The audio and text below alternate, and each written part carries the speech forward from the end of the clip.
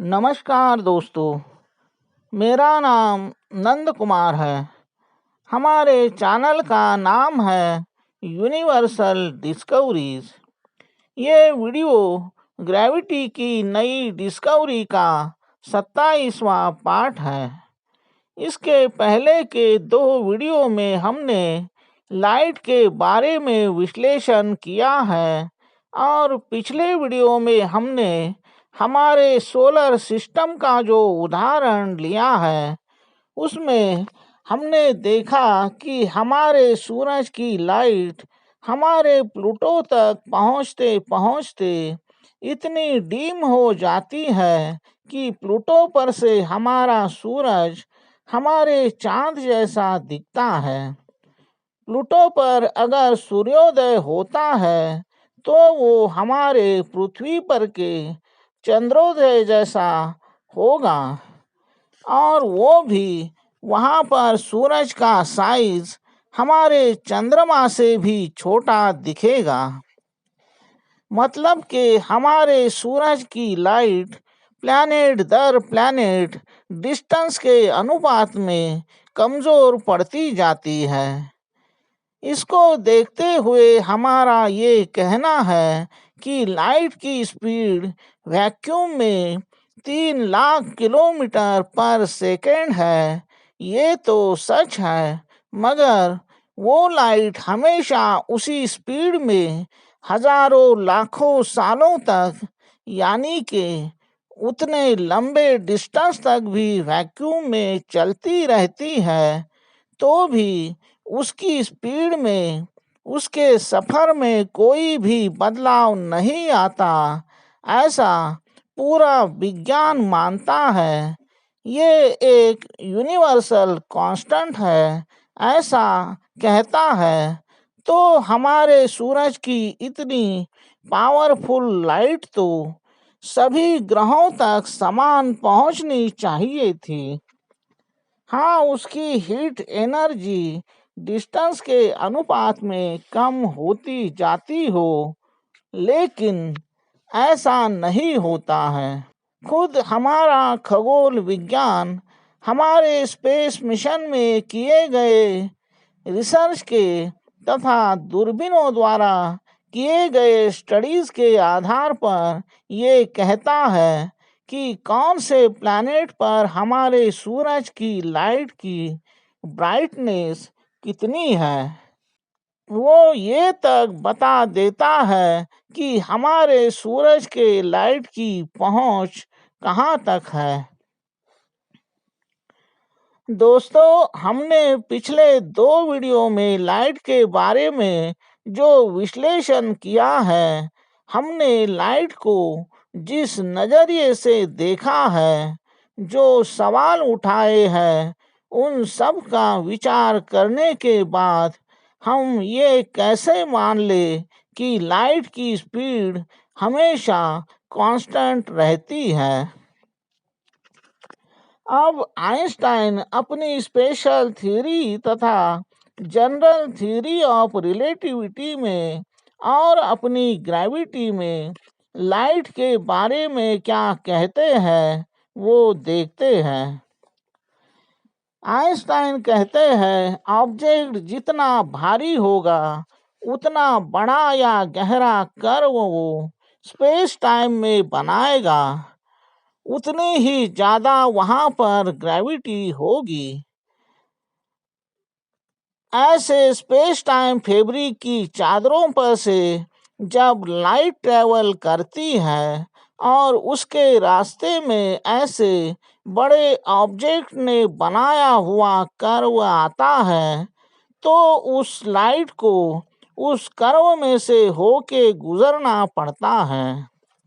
ऐसी कंडीशन में लाइट का सीधे रास्ते के मुकाबले डिस्टेंस बढ़ जाता है तो लाइट को उतना ही डिस्टेंस पार करने में ज़्यादा समय लगेगा, यानी कि वहाँ पर लाइट की स्पीड धीमी हो जाएगी और ये लाइट के स्पीड के कांस्टेंट होने के खिलाफ है।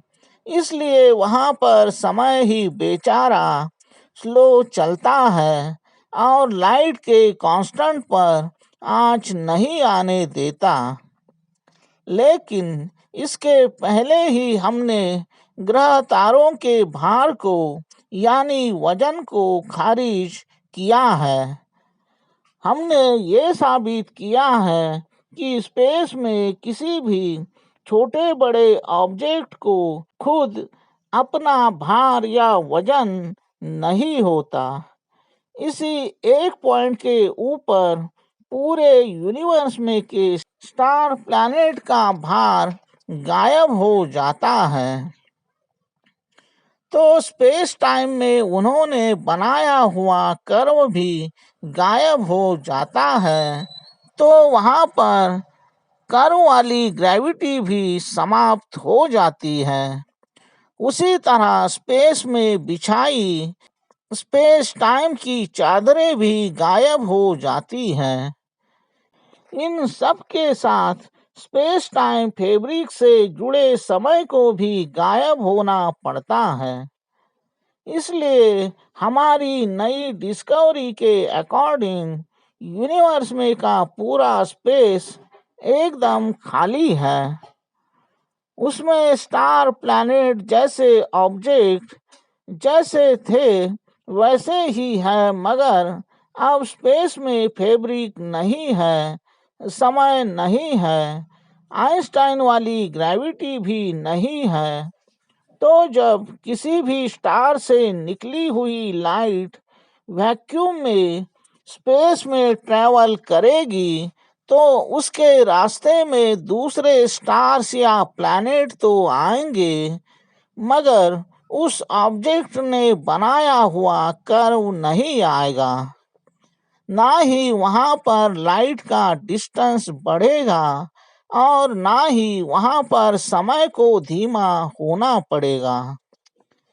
लेकिन उस लाइट के रास्ते में जब वो ऑब्जेक्ट आएगा तो उसके साथ वो लाइट टकरा जाएगी और वहाँ पर वो लाइट अपने हिसाब से उस ऑब्जेक्ट को प्रकाशमान करेगी, लेकिन वहाँ पर उसका सफर रुक जाएगा और जो लाइट उस ऑब्जेक्ट के आजू बाजू में से गुजरेगी उसमें की जो लाइट उस ऑब्जेक्ट को छूती हुई वो ऑब्जेक्ट अगर गोल है तो उसी हिसाब से थोड़ी मुड़ती हुई आगे बढ़ेगी।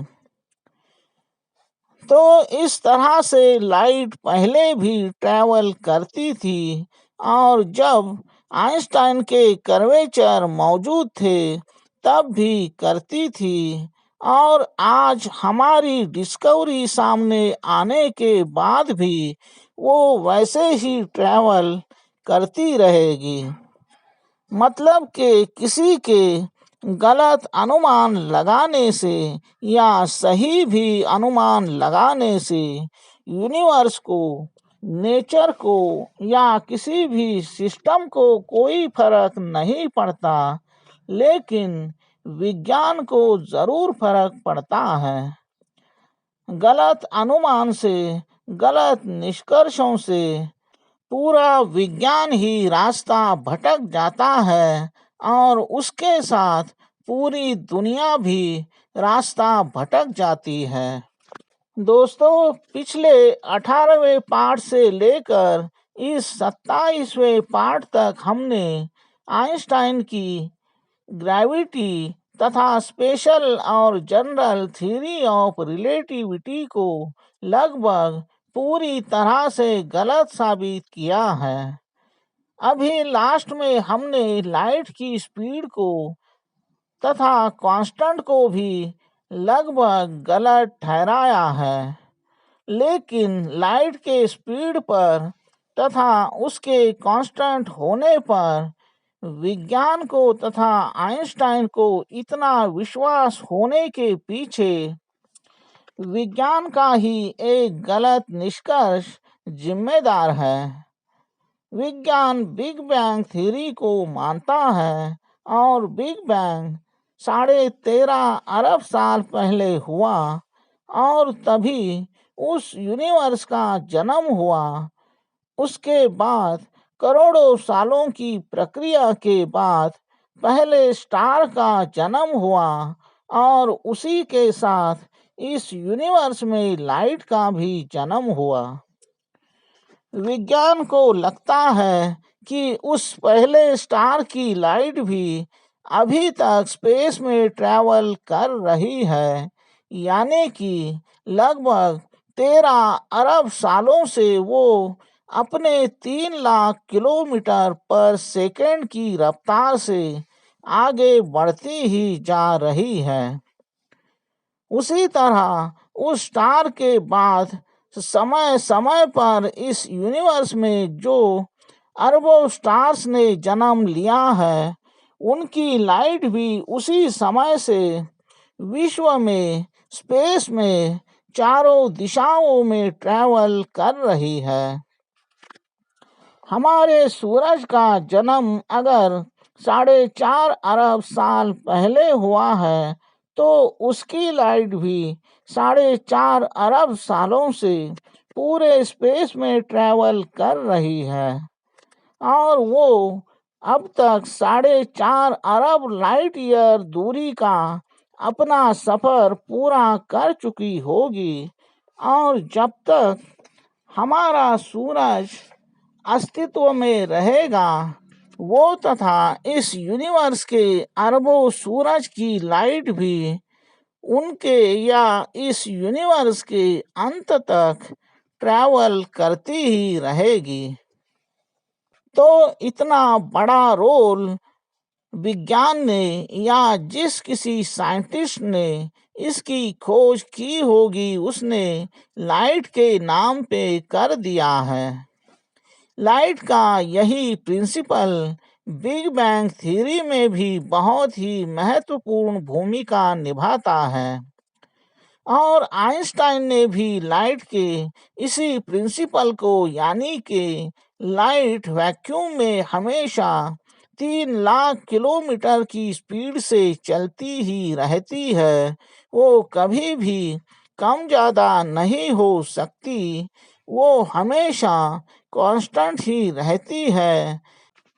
इसी को अपनी रिसर्च का आधार बनाया, लेकिन विज्ञान का ये बहुत बड़ा निष्कर्ष कैसे एक गलत फहमी है, वो हम अगले वीडियो में देखेंगे।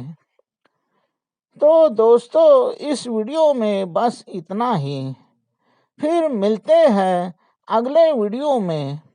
तब तक हमारे इस वीडियो को लाइक करना, शेयर करना तथा अपनी राय कमेंट बॉक्स में ज़रूर लिखना। धन्यवाद। ओम नमः शिवाय। जय विज्ञान।